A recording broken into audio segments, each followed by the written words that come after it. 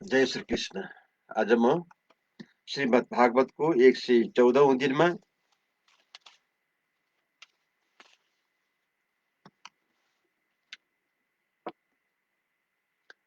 8वें स्कंद को 23वां अध्याय प्रारंभ करने जा रहा हूं। आज हम इसमें बलि का सुतल गमन के विषय में हम श्रवण करेंगे।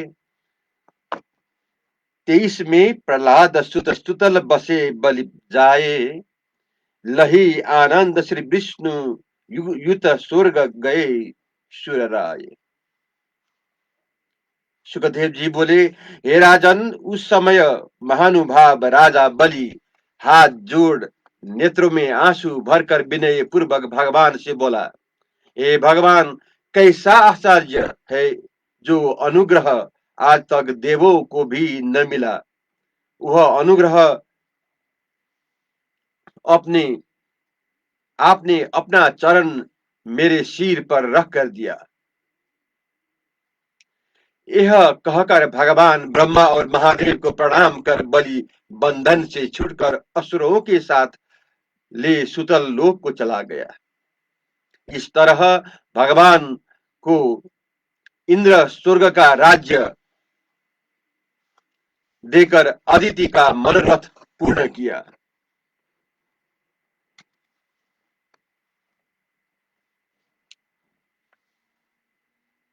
बंधन से छूटे हुए अपने नाती बलि को देखकर प्रहलाद जी भगवान से बोले, आपने ऐसी प्रसन्नता ब्रह्मा, लक्ष्मी और महादेव पर भी न की, फिर और की क्या गिनती है।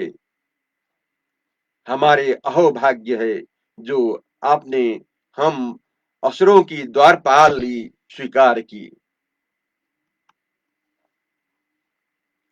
भगवान बोले, हे वत्स प्रहलाद, तुम्हारा कल्याण हो। अपने पौत्र को लेकर सुतल लोक को जाओ और वहां बांधवों को आनंद देखकर सुख से दिन बिताओ। मुझको गधा हाथ में लिए वहां नित्य प्रति देखोगे। मेरे दर्शनों के आनंद से तुम्हारे सब कर्म बंधन दूर हो जाएंगे। हे राजन, भगवान की आशा से प्रहलाद बलि को साथ ले सुतल लोक को चला गया। तदंतर समीप ही ऋषि ऋत्वेज को, इसको फिर सुनिए, समीप ही ऋत्वेजों को के मध्य में बैठे हुए शुक्राचार्य से नारायण बोले, हे ब्राह्मण, यज्ञ करने वाले शिष्य के कर्म में जो कुछ छिद्र रह गया है उसे तुम पूर्ण करो। तब शुक्राचार्य बोले, जिस कर्म के आप ईश्वर है उनमें विषमता कैसे रह सकती है। आप यज्ञ पुरुष और सर्वभाव से पूजित है। मंत्र, तंत्र, देश और काल से जो छिद्र हो जाते हैं वे सब आपके नाम संकीर्तक से पूर्ण हो जाते हैं। तथापि हे भुवन, मैं आपकी आज्ञा का पालन करूंगा। इस तरह हरि की आज्ञा को सराह कर शुक्राचार्य ने ब्राह्मणों को सहायता से बलि के यज्ञ की न्यूनता को पूर्ण कर दिया। हे राजन, हरि ने वामन रूप धर बलि से पृथ्वी की भिक्षा मांगकर स्वर्ग को शत्रुओं से छीनकर अपने भाई इंद्र को दे दिया।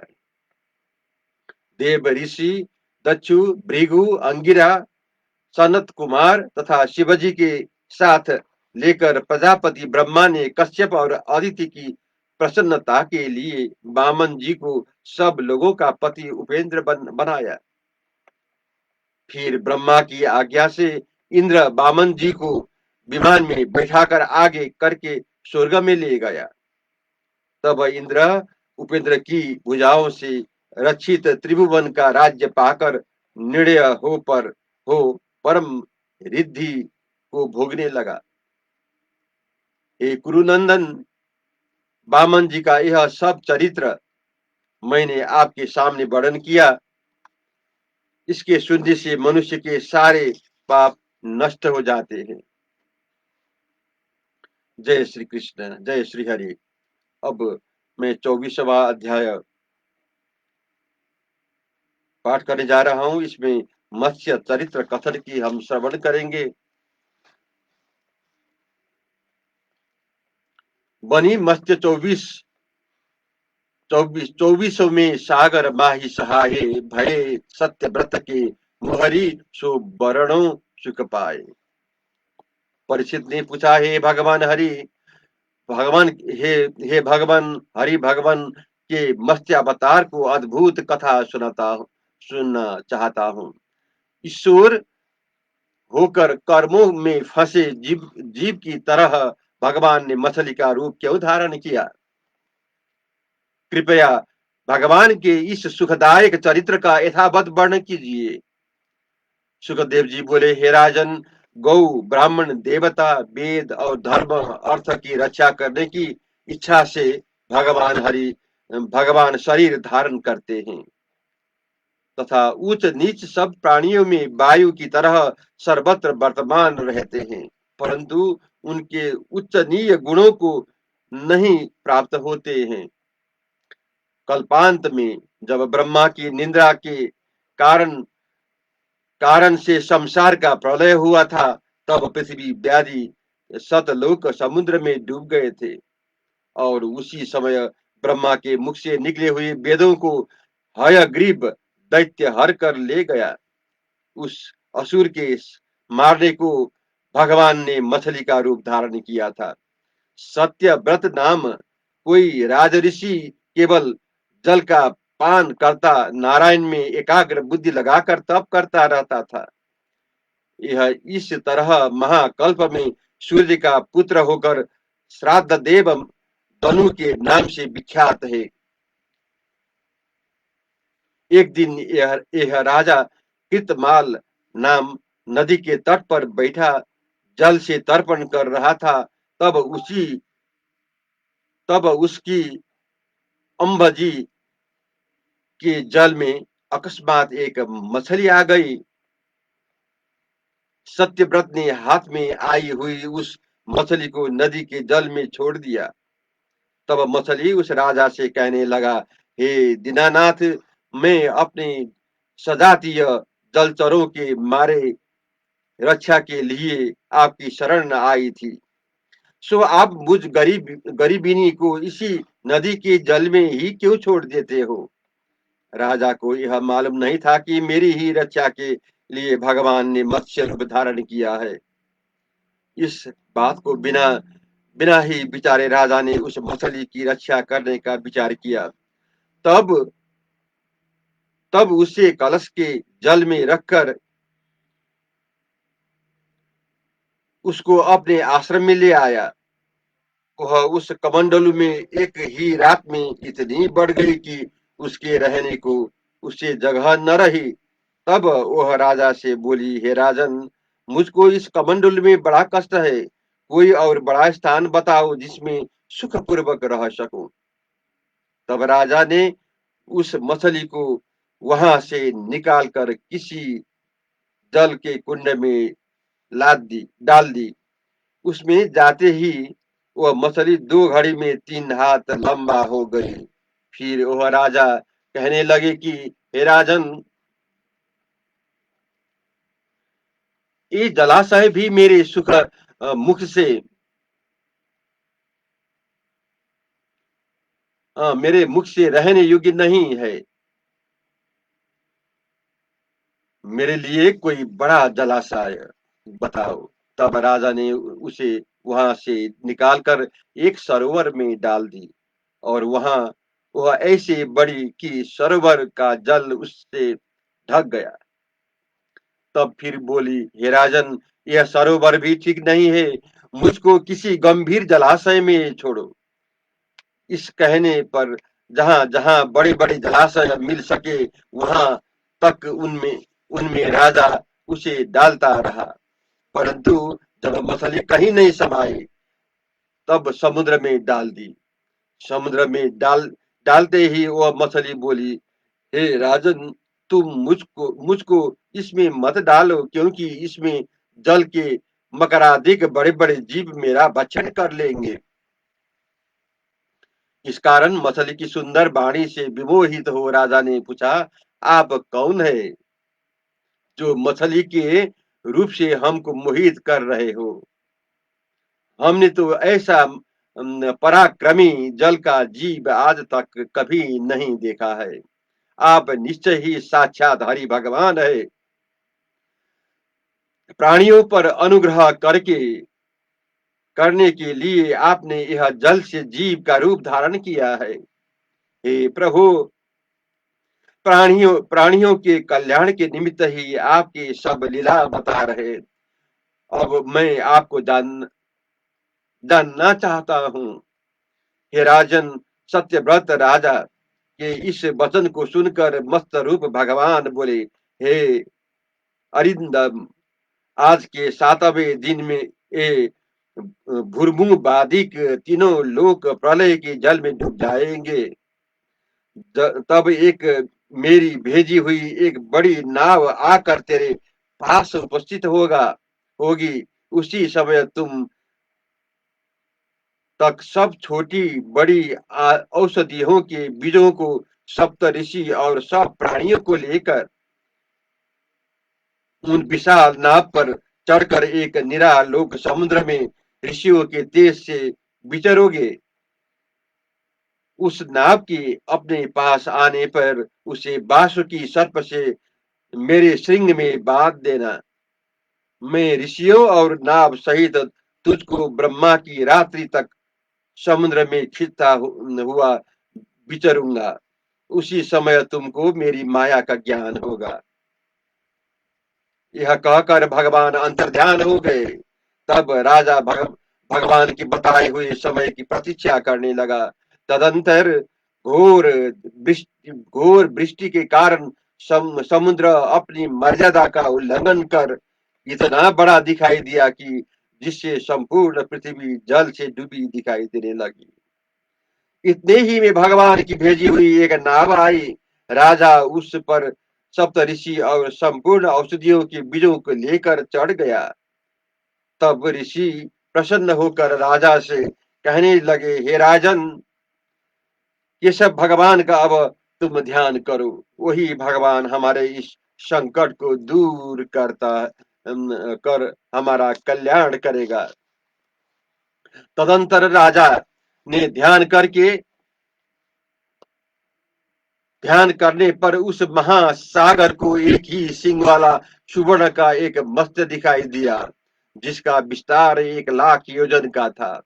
तब राजा हरि की पहली आज्ञा के अनुसार वासुकी सर्प की रस्सी से नाव को सिंह में बांध कर भगवान की स्तुति करने लगे। यह अज्ञानी प्राणी अपने कर्म बंधनों से बंधा हुआ सुख की इच्छा से महा दुखदायी कर्म करता है। वह असुख कर्म को दुर्बुद्धि आपकी सेवा में से नष्ट हो जाती है। सो हे भगवान, आप हमारे गुरु हैं। आप हमारे हृदय की ग्रंथि को काट डालिए। आपके अनुग्रह से प्राणी अज्ञान से उत्पन्न हुए मल के ऐसे त्याग देता है, जैसे अग्नि की लगाने से सुवर्ण अपने मैल को त्याग देता है और स्वच्छ हो जाता है। इसी तरह हे अव्यय, हे ईश, हे गुरु, आप हमारे परम उपदेष्टा हुजिए। अन्य देवता, गुरु या मनुष्य कोई भी यह सब मिलकर भी जो आपकी कृपा का 10,000वां भाग है, वो भी नहीं कर सकते हैं।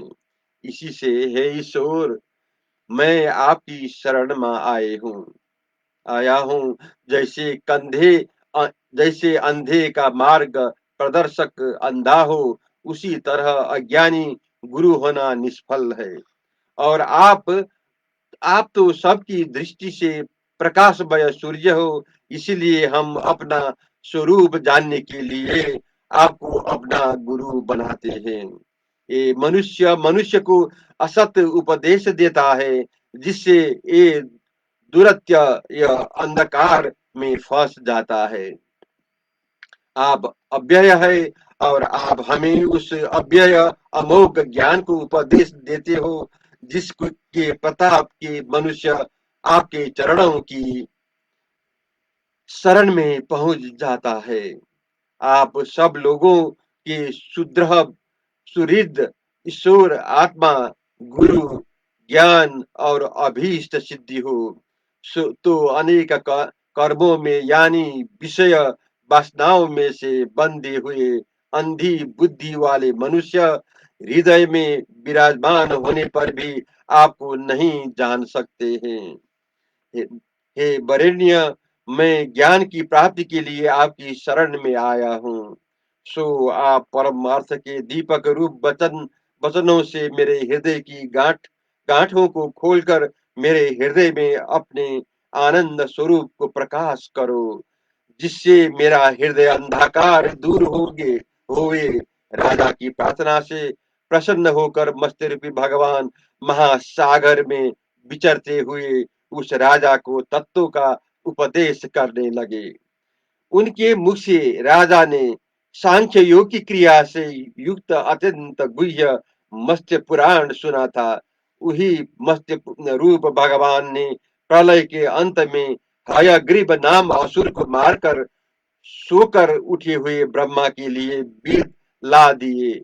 वही सत्यव्रत राजा ज्ञान विज्ञान से युक्त विष्णु की हृदय से इस कल्प में वै वैवस्वत मनु हुआ। जय श्री कृष्ण।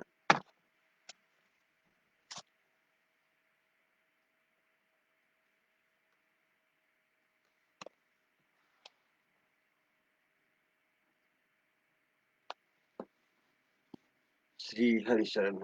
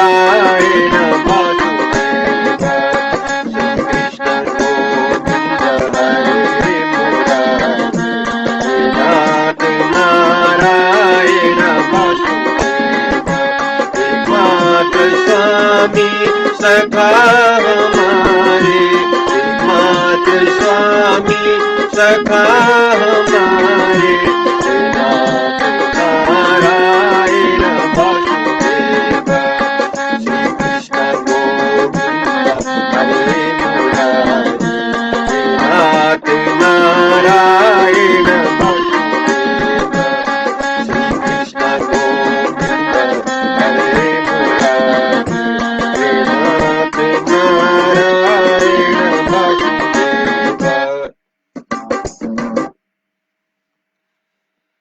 जय श्री कृष्ण भगवान प्रभु श्री हरि।